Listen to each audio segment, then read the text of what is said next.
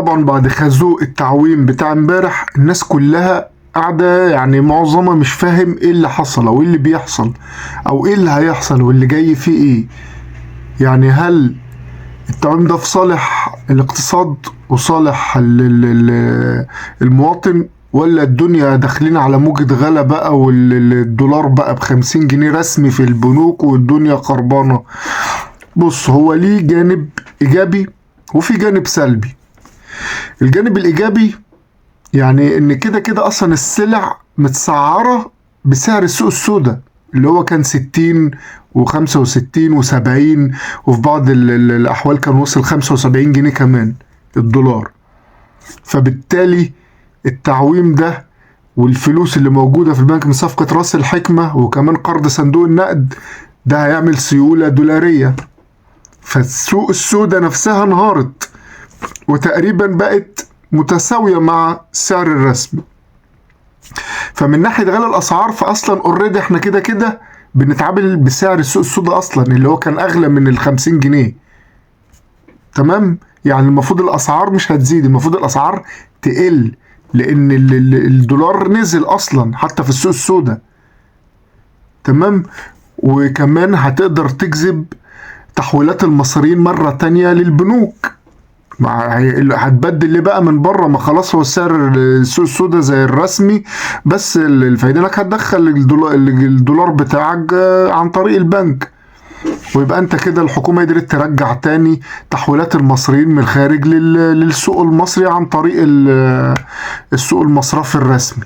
ده غير ان انت هترجع ثقة المستثمرين تاني في الاقتصاد المصري، وفي ناس كتيرة كانت مستنية موضوع الدولار يستقر واسعار الصرف يبقى في حدود ومعروف بقى سعر رسمي للدولار ثابت ومفيش سوق سودا، عشان المستثمرين دي تخش تحط فلوسها في البلد، لانه يعني مش هينفع يحط هو يخش يستثمر يديك دولار انت في البنك مسعره ب30 وهو اصلا في السوق السودا ب60 وب70. يعني هو الراجل مش عبيط برضه، مش عايز يخسر فلوسه.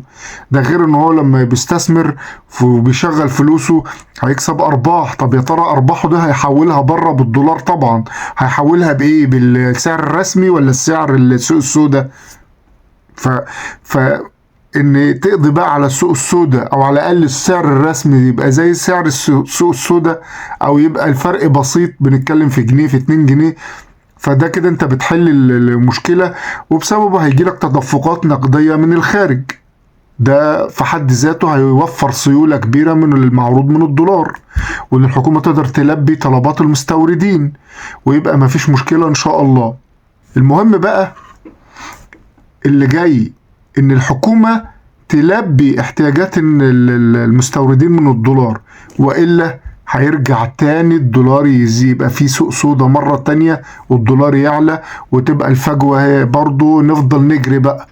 انت تخليه 50 يبقى في السوق السودا 60، تخليه انت 60 يقوم طالع هو 70، ونقعد نجري ورا بعض لحد ما الدولار يسافر يبقى ب1000 جنيه وب3000 جنيه، وسكة لبنان مستنيانا في الآخر يعني. لكن هو يمين او شمال الوضع الاقتصادي ما تحسنش، احنا لسه زي ما احنا في الازمه ما تفكتش، لان 50 جنيه الناس اللي انا مش عايز اقول اللفظ وحش عشان ما اخدش تحذير على البرنامج، لكن هقول عليهم المطبلطيه، اعلاميين بقى وبتوع السوشيال ميديا والناس دي اللي بيسقفوا ضربة معلم والمفروض كان يحصل من زمان انتوا بتسقفوا على ايه؟ دول شوية فشلة اصلا ان وصولوا الدولار للطريقة والسعر ده فشل.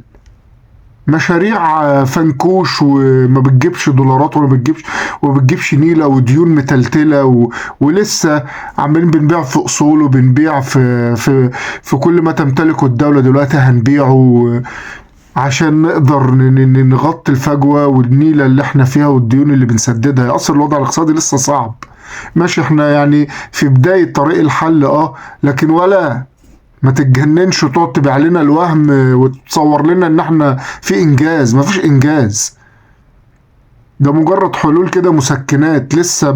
لسه بدري قوي عشان نتكلم في حلول اقتصادية وان الازمة الاقتصادية انتهت، هو مش متوقع انها تنتهي اصلا قريب دلوقتي. ومن جانب برضو السلبيات ان قيمة الديون بتاعتنا زادت بقى، تقييمها بالجنيه بدل ما كنت مقوم الديون بتاعتك على ان الدولار ب16 وبعدين بقى ب30 فهو بقى ب50، فده برضو عبء على الميزانية يعني.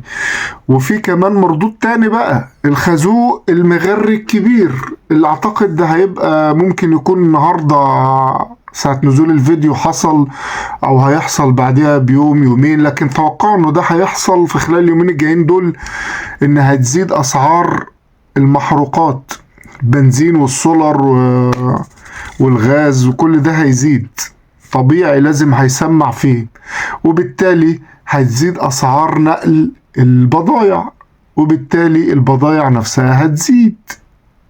فكل حاجة في زيادة جاية، في زيادة جاية.